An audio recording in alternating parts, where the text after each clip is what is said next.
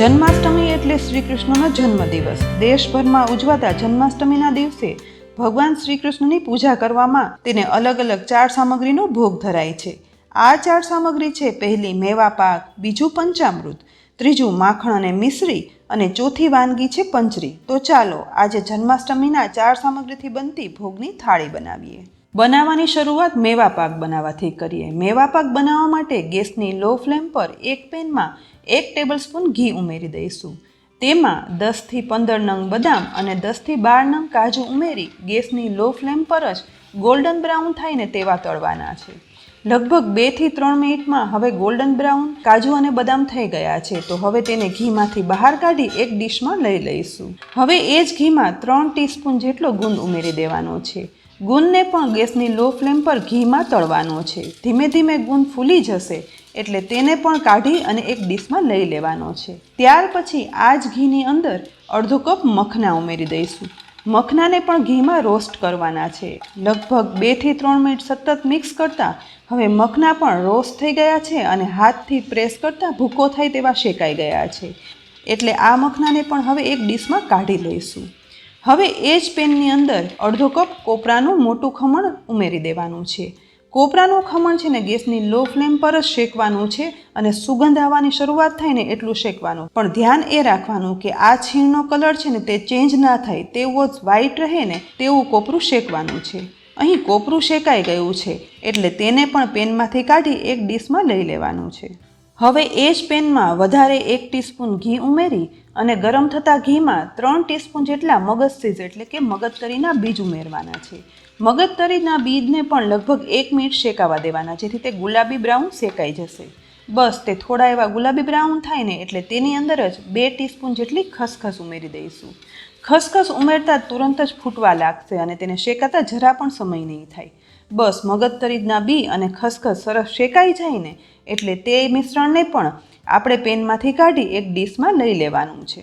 અહીં જુઓ, ઘીમાં શેકેલું બધું મિશ્રણ ઠંડુ થઈ ગયું છે. તેમાં મગજતરીના બીજ અને ખસખસનું મિશ્રણ છે, તળેલો ગુંદ છે, શેકેલા મખણા જે હાથથી દબાવતા એકદમ ભૂકો થઈ જાય તેવા સરસ શેકાણા છે, સાથે કાજુ બદામ અને કોપરું પણ છે. તો હવે પ્રથમ મખના અને કાજુ બદામને મિશ્રણને આપણે મિક્સરના જારમાં ઉમેરી દઈશું અને પીસી અને તેનો ભૂકો કરી લેવાનો છે. એ જ રીતે તળેલા ગુંદને પણ મિક્સરમાં ઉમેરી તેનો પણ ભૂકો કરી લઈશું. મેવા પાકની બધી સામગ્રી તૈયાર થઈ ગઈ છે. તો હવે ચાસણી બનાવવા માટે એક પેનમાં અડધો કપ ખાંડ ઉમેરી દેવાનું છે અને ખાંડ ડૂબે ને એટલું જ તેમાં પાણી એડ કરશું. ગેસની લો ફ્લેમ પર સતત મિક્સ કરતા જઈ અને ખાંડને પાણીમાં ઓગાળશું. લગભગ 2 થી 2.5 મિનિટમાં જ બધી ખાંડ છે ને તે પાણીમાં ઓગળી જશે. પણ આપણે આ ખાંડની ચાસણી બનાવવાની છે એટલે ધીરે ધીરે સતત ચલાવતા જઈ અને આ જ રીતે મિક્સ કરવાનું છે. લગભગ વધારે 2 મિનિટમાં જ ઉભરો આવી સતત મિક્સ કરતા હવે ચાસણી છે ને તે એકદમ ઘાટી થઈ ગઈ છે. તો આ સમયે તવેથા ઉપર લઈ અને આંગળી અને અંગૂઠા વચ્ચે લઈ અને ચેક કરશું. જુઓ, અહીં ચાસણીનો છે ને એક તાર બની અને તૂટી જાય છે એટલે આપણા મેવા પાક માટે પરફેક્ટ ચાસણી બની અને તૈયાર થઈ ગઈ છે.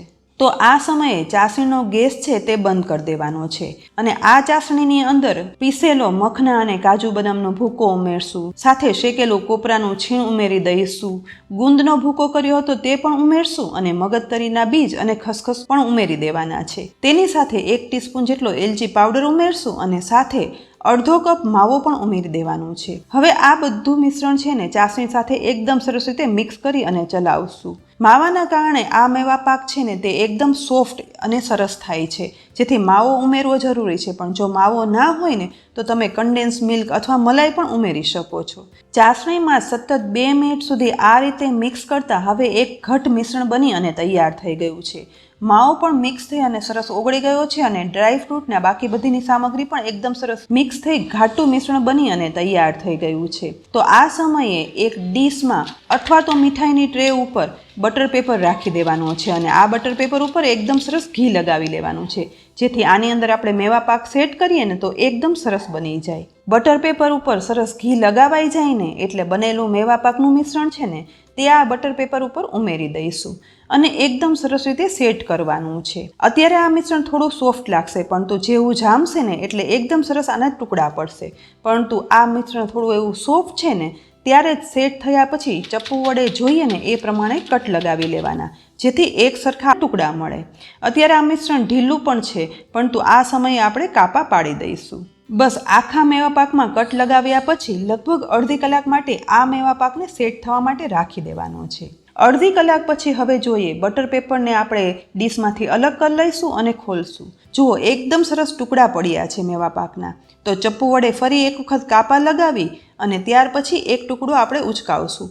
એકદમ સોફ્ટ અને એકદમ સરસ મેવા પાક બની અને તૈયાર થઈ ગયો છે. તો જન્માષ્ટમીમાં શ્રી કૃષ્ણ ભગવાનને ધરવા માટેની પહેલી સામગ્રી એટલે કે મેવા પાક બની અને તૈયાર થઈ ગયો છે.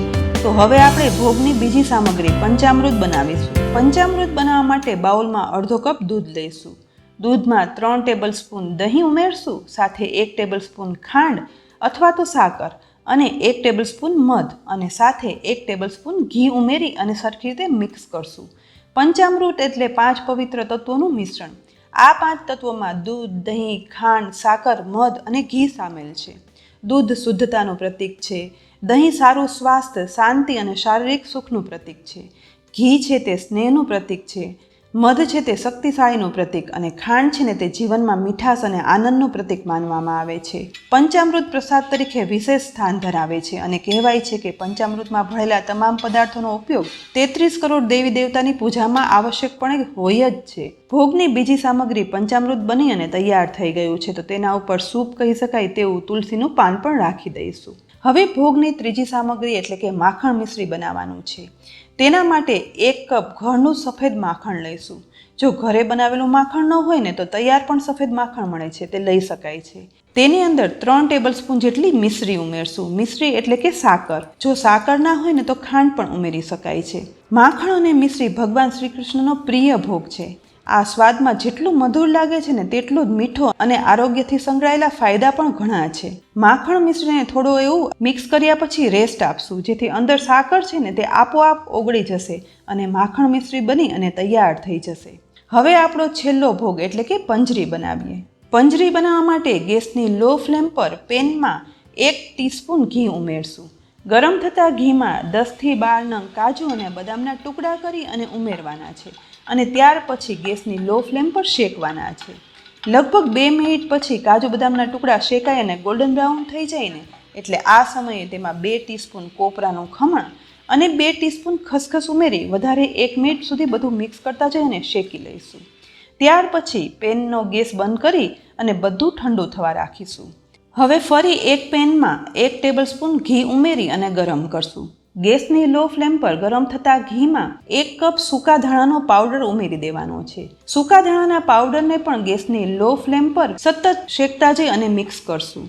લગભગ 1 થી 2 મિનિટ શેકાયા બાદ એકદમ સરસ સુગંધ આવવા લાગશે, એટલે કે આપણો ધાણાનો પાવડર છે ને તે પરફેક્ટ શેકાઈ ગયો છે. એટલે આ પેનને ગેસ પરથી નીચે ઉતારી લઈશું અને એક બાઉલની અંદર આ શેકેલો ધાણાનો પાવડર કાઢી લેવાનો છે. આ સમયે તેમાં જીરું ઉમેરવું હોય તો તે પણ ઉમેરી શકાય છે. હવે આપણે જે પહેલાં બનાવેલો કાજુ, બદામ, કોપરાનું છીણ અને ખસખસ શેકી અને રાખ્યા હતા ને તે મિશ્રણ આ ધાણાના પાવડરની અંદર ઉમેરી દેવાનું છે. તેની સાથે 12 થી 15 નંગ કિસમિસ, અડધી ટીસ્પૂન સૂંઠ પાવડર, અડધો કપ સાકરનો પાવડર સાથે ઉમેરી દેવાનું છે અને બધું બરાબર રીતે મિક્સ કરી દઈશું. જન્માષ્ટમીના દિવસે બધા ઉપવાસ કરતા હોય છે, પરંતુ રાત્રે પંજરીનો ભોગ ધરાવ્યા પછી પ્રસાદ તરીકે પંજરી લઈ અને ત્યારબાદ ઉપવાસ તોડવામાં આવે છે. તો તૈયાર થયેલા શ્રી કૃષ્ણની પ્રિય એવી પંજરીનો પ્રસાદ પણ તૈયાર થઈ ગયો છે. તો તેના ઉપર પ્રસાદના ભાગરૂપે તુલસીનું પાન પણ ઉમેરી દઈશું.